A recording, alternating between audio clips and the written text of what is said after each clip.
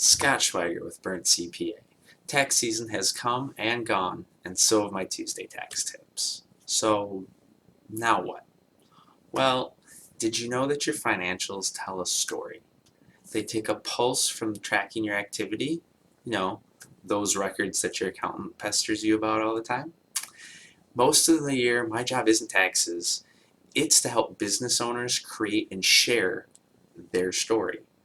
With that, I'm happy to announce my QBO Tips series. From basics to setup to how-tos, I'll be sharing the QuickBooks Online tips that I give to clients, friends, acquaintances, basically anyone who will listen, sorry Liz, all the time.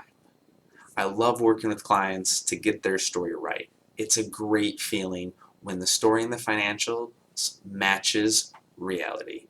A huge part of that is making sure that everything is accurately recorded.